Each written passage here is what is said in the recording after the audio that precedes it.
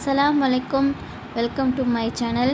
இன்றைக்கி நம்ம வீடியோவில் பார்க்க போகிறோம்னா கேஎஃப்சி எப்படி செய்கிறதுன்னு பார்க்கலாம் வாங்க. கொஞ்சம் பால் எடுத்துக்கலாம். ஃபஸ்ட்டு எடுத்துக்கிட்டு அதில் ஒரு லெமனை பாதியாக கட் பண்ணி நல்லா புழிஞ்சு விட்டுக்கலாங்க. புழிஞ்சு விட்டுட்டு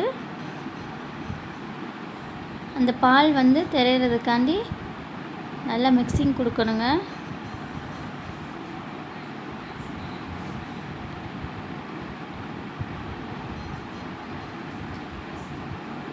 பால் தெரிஞ்சால் தாங்க நம்ம மிக்ஸ் பண்ணுறதுக்கு கரெக்டாக இருக்கும். அதனால் நம்ம பால் தெரியறதுக்காண்டி லெமனை ஊற்றி நல்லா தெரிய விட்டுக்கலாங்க.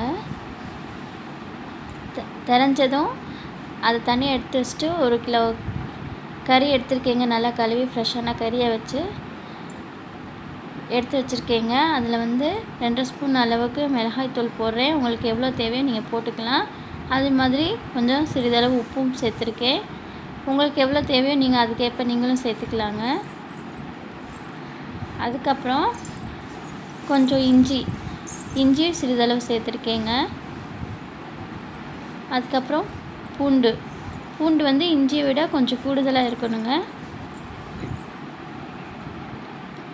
அப்புறம்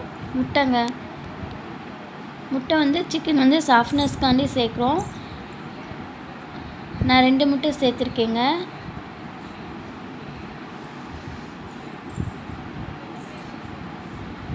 சேர்த்துட்டு நல்லா அதை கிளறி விடணுங்க.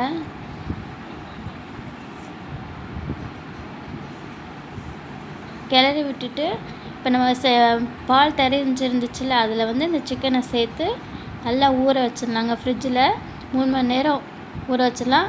அப்புறம் கொஞ்சம் பெப்பர் மிளகுத்தூளும் கொஞ்சம் சேர்த்துக்கலாங்க. சேர்த்துட்டு 3 மணி நேரம் கழித்து நம்ம சிக்கன் செய்யலாங்க. கேஎஃப்சி எப்படின்னு பாருங்கள். ஒரு தட்டில் கொஞ்சம் மைதா மாவு சேர்த்துக்கிறோம். அப்புறம் கார்ன்ஃப்ளவர் மாவு, மைதா மாவுக்கு கொஞ்சம் கம்மியாக கார்ன்ஃப்ளவர் மாவு சேர்த்துக்கலாங்க.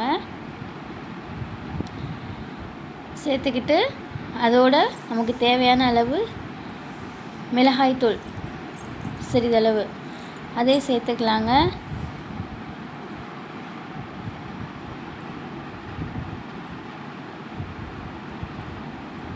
நம்ம தேவைக்கேற்ப மிளகாய்த்தூள் சேர்த்துக்கலாங்க.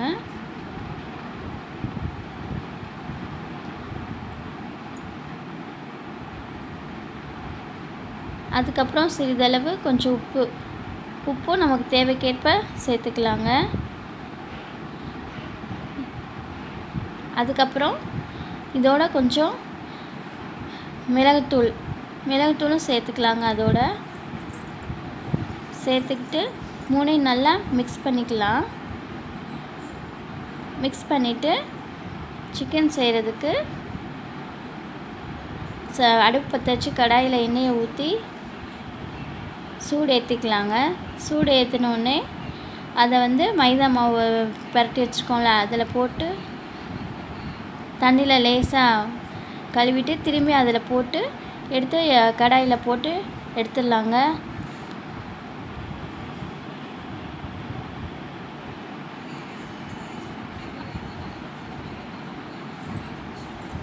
அவ்வளோதாங்க, ரெடி ஆயிடுச்சுங்க கேஎஃப்சி. இதே போல் நீங்களும் உங்கள் வீட்டில் ட்ரை பண்ணி பாருங்கள். பிடிச்சிருந்தா கமெண்ட்ஸ் பண்ணுங்கள், லைக் பண்ணுங்கள், சப்ஸ்கிரைப் பண்ணுங்கள். பாய்.